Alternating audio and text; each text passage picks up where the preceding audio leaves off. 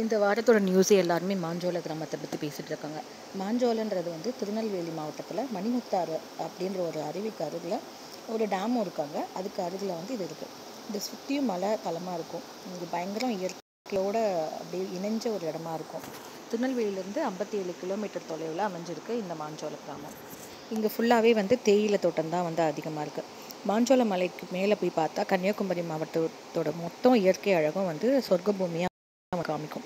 மேல்கோதையார் அப்படின்றது அமைஞ்சிருக்கு மேலே போனால். இது கன்னியாகுமரி மாவட்டத்தோட இயற்கை எழில அதிகமாக நம்மளுக்கு காமிக்கிற ஒரு இடம். ஸோ இது அதிகமாகவே ஃபாரஸ்ட் டிபார்ட்மெண்ட் நம்மளை போக விடாமல் எப்போயுமே ரெஸ்ட்ரிக்ட் பண்ணி தான் இருப்பாங்க. அனுமதி வாங்கி தான் போகணும். இப்போது கன்னியாகுமரி மாவட்டத்தின் மேல்கோதையார் இயற்கையின் அழகு. அங்கே மிகப்பெரிய மேல்கோதையார் அணை உள்ளது. அங்கே ஒரு அணை இருக்குது. அது குமரி மாவட்டத்தோட பெரிய அணைகளில் ஒன்று. மாஞ்சோலையில் வெறும் தேயிலை தோட்டங்கள் மட்டும் இல்லை, ஏலக்காய், கிராம்பு மற்றதையும் அறுவடை பண்ணிகிட்ருக்காங்க. தேயிலை தோட்டம் அந்த தொழிலாளர்களுக்கு குடியிருப்பும் அங்கேயே இருக்குது.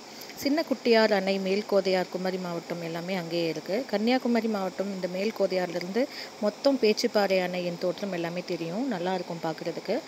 அப்புறம் குதிரைவெட்டியிலிருந்து மணிமுத்தாறு அணையின் தோற்றமும் தெரியும். நீங்கள் அதையும் பார்க்கலாம்.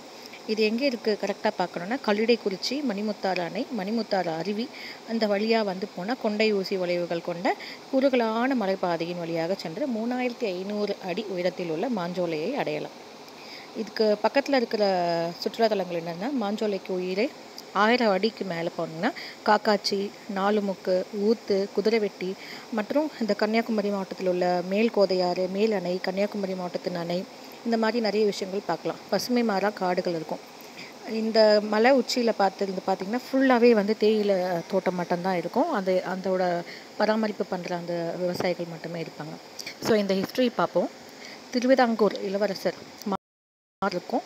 அவங்களோட உறவினர்கள் 8 வீட்டு பிள்ளைகளுக்கும் இடையில் பிரச்சனை ஏற்படுது.